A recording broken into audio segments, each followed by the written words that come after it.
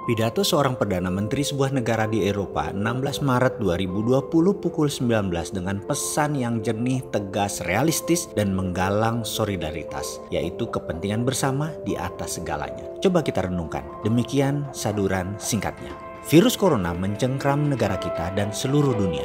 Bersama-sama kita dihadapkan dengan tugas yang sangat besar. Banyak orang merasa bahwa kita berada di roller coaster yang dalam beberapa minggu ini bergerak sangat cepat. Anda bertanya-tanya, apakah ini benar-benar terjadi? Iya, ini benar terjadi. Kita akan mengambil tindakan segera. Apa yang akan diambil saat ini dan di tempat lainnya belum pernah terjadi sebelumnya untuk negara-negara di masa damai. Dan itulah mengapa saya ingin memberitahu Anda bahwa prioritas utama kami adalah meminimalkan resiko Anda. Dengan semua berita saat ini dari dalam dan luar negeri, dengan semua peristiwa yang mengikuti satu sama lain dengan sangat cepat, masuk akal jika ada kekhawatiran yang sangat luas di masyarakat. Kita semua punya pertanyaan, apa yang bisa saya lakukan untuk melindungi diri saya dan orang-orang di sekitar saya? Bagaimana dengan sekolahan dan pekerjaan? Bisakah acara akhir pekan keluarga berkelanjutan? Bagaimana dengan pesta pernikahan? Berapa lama ini akan berlangsung? Dan mengapa satu negara mengambil langkah berbeda dari negara yang lain?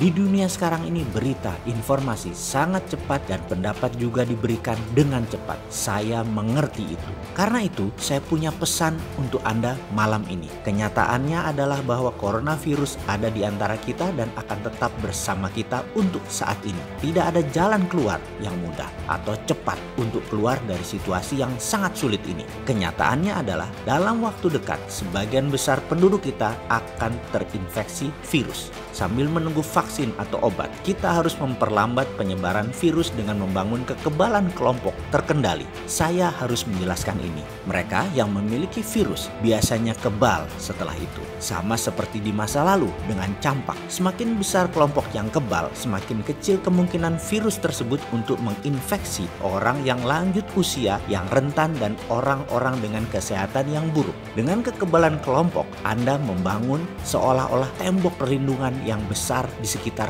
mereka. Itulah prinsipnya. Tetapi kita harus menyadari bahwa perlu waktu berbulan-bulan atau bahkan lebih lama lagi untuk membangun kekebalan kelompok. Dan selama waktu itu kita perlu melindungi orang-orang dengan resiko besar sebanyak mungkin. Kita akan terus mencari keseimbangan dan membiarkan kehidupan biasa terus berjalan senormal mungkin. Jika kita dapat mengendalikan penyebaran virus dengan cara ini, konsekuensinya pada kesehatan masyarakat pada akhirnya bisa dikelola. Pada saat yang sama, kita tidak dapat dan tidak akan menutup mata kita pada konsekuensi ekonomi dari krisis ini. Banyak orang khawatir tentang pekerjaan mereka karena bagi banyak perusahaan, baik besar ataupun kecil, ini adalah periode yang sangat sulit. Banyak pengusaha tiba-tiba berada dalam posisi terjepit. Pesan saya kepada Anda para pengusaha adalah lakukan apapun untuk survive. Akhirnya saya ingin mengucapkan terima kasih pada semua warga dengan seruan di saat ketidakpastian di luar sana. Satu hal yang jelas, tugas yang kita hadapi sangat besar dan